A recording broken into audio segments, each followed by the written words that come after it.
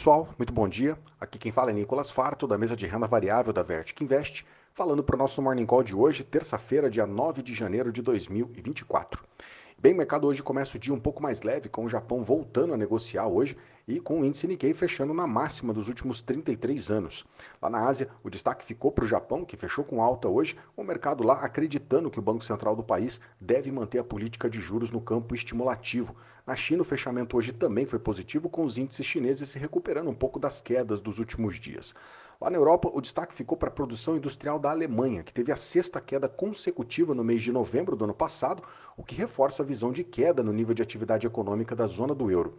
Lá nos Estados Unidos, ontem a sessão fechou positiva. Lá em Nova York, ontem o Dow Jones subiu 0,58, o S&P subiu 1,41 e o Nasdaq fechou com alta de 2,2%. O destaque ficou para o setor de tecnologia, com as ações da Apple, que subiram quase 2,5% depois que a empresa informou que o dispositivo de realidade mista, o Vision Pro, que já foi apresentado, deve estar disponível para compra a partir de fevereiro desse ano.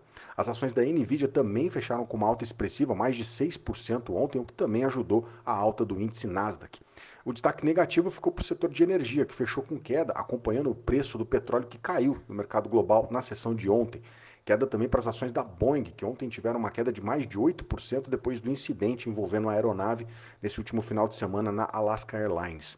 De qualquer forma, o mercado ontem viu como positivo as falas do diretor regional do Fed, o Rafael Bostic, que falou ontem. Ele reforçou o otimismo com relação à queda na inflação americana, o que aumentou aí o otimismo com relação à expectativa na queda de juros. De qualquer forma, nessa semana sai o índice de inflação ao consumidor americano, sai na quinta-feira, e deve ser o principal destaque para essa semana para ajudar a calibrar a expectativa sobre as decisões de juros, principalmente nesse primeiro trimestre do ano.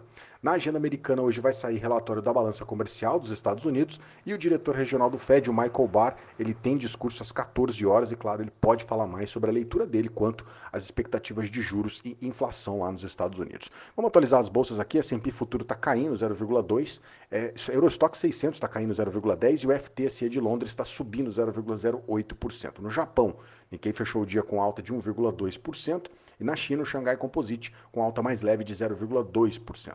O DXY dólar index está subindo 0,15% e os juros de 10 anos no mercado americano com alta de 1,08%, cotado a 0,4% no anualizado. O petróleo voltou a subir hoje, o petróleo Brent agora está subindo quase 2%, cotado a 77 dólares e 61 centavos o barril. O petróleo voltou a operar em alta depois da queda de ontem, pesando um pouco mais agora na visão dos investidores o conflito entre Israel e Hamas, que pode escalar e pode acabar envolvendo outros países produtores de petróleo.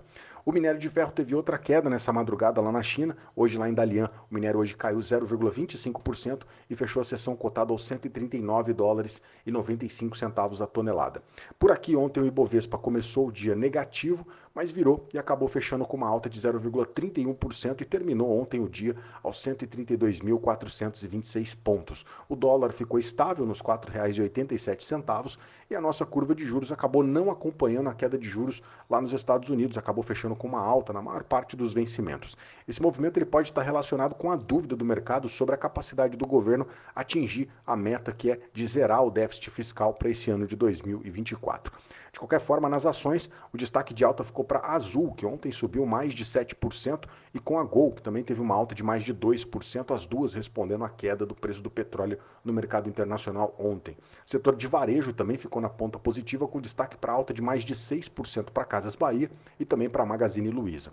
Já do lado negativo, destaque para as quedas das ações das bancárias. Itaú ontem caiu mais de 1%, enquanto o Bradesco fechou com queda de 0,7%. Mas quem acabou pesando mais do lado negativo foram as ações da Petrobras e da Vale, que ontem caíram, acompanhando a desvalorização do preço do petróleo e também do minério de ferro no mercado internacional. Bom, para fechar, na agenda que hoje a gente vai estar, a agenda um pouco mais vazia, o destaque vai acabar ficando para o provável encontro que deve acontecer hoje, com o presidente do Senado, Rodrigo Pacheco, e os líderes dos partidos que vão discutir a medida provisória sobre a reoneração da folha de pagamento. Bem, esses são os destaques para a gente acompanhar hoje. Eu agradeço a sua companhia, te desejo um excelente dia, um grande abraço, valeu e até amanhã.